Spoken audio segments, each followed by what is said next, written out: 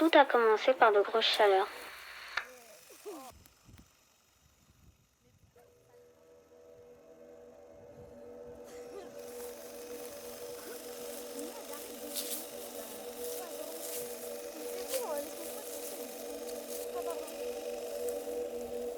Le gouvernement a fait passer des annonces. Les écoles sont ouvertes que 3 jours.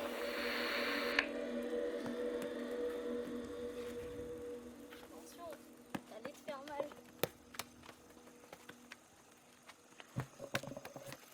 C'est trop chaud.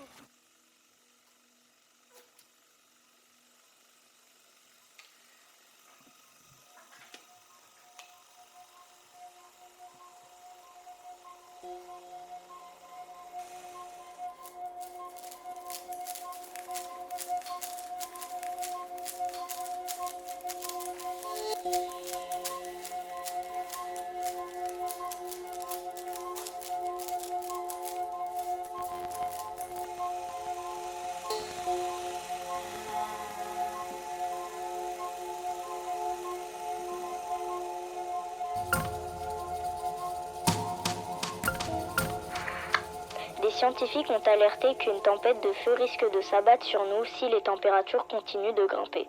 Ils disent que les maires vont prévoir des mesures et qu'il faudra se réfugier dans les sous-sols des immeubles.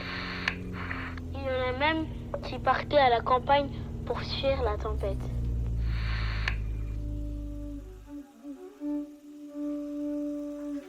Ils ont fermé les jardins d'Aubervilliers et le parc Orange pour risque d'incendie. C'est les dernières photos qu'on a pu prendre avant la fermeture.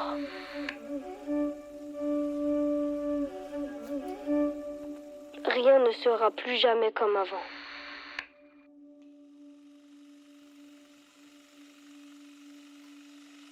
Bonjour madame, on peut vous poser des questions? Allez-y si vous voulez. Quels sont vos sentiments face à la catastrophe? Cette tempête, c'est de notre faute. Et puis maintenant, on ne sait pas quoi faire pour l'arrêter. Avez-vous peur? Non, c'est la volonté de Dieu. Allez-vous essayer de vous enfuir? Ça ne servirait à rien. Et puis cette tempête, personne ne sait quand elle va éclater.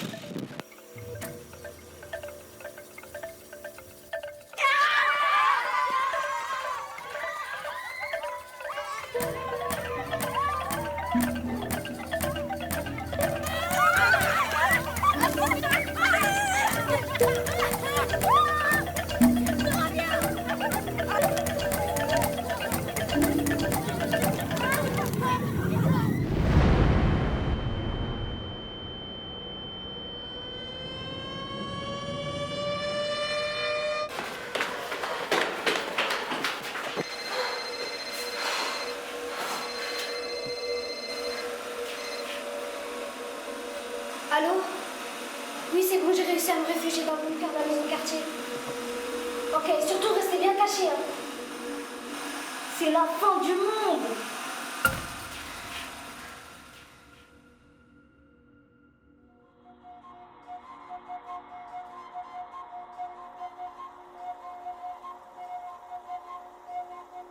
Depuis le jour de la grande tempête de feu, les humains vivent sous terre.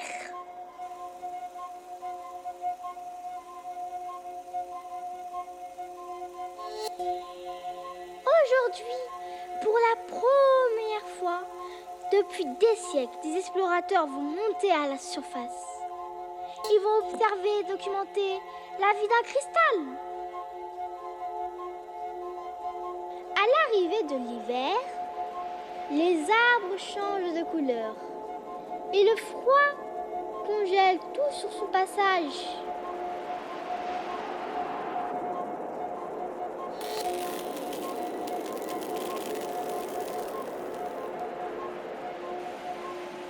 La peau des cristals a mué et on entend son estomac gargouiller jusqu'au bout de la forêt. C'est le signe du grand départ. Cristal prend sa maison de glace qu'il ne fond jamais et entame son voyage. Il arrive au pied de la plus haute montagne de la vallée. Cristal a réussi à traverser la montagne et passer inaperçu des prédateurs. grâce à ses écailles qui imitent la végétation. Des fleurs en forme de lune, d'étoiles, de triangles. Juste avant de quitter la montagne, notre ami tombe nez à nez avec un dangereux cerbère. Un combat épique a lieu entre les deux.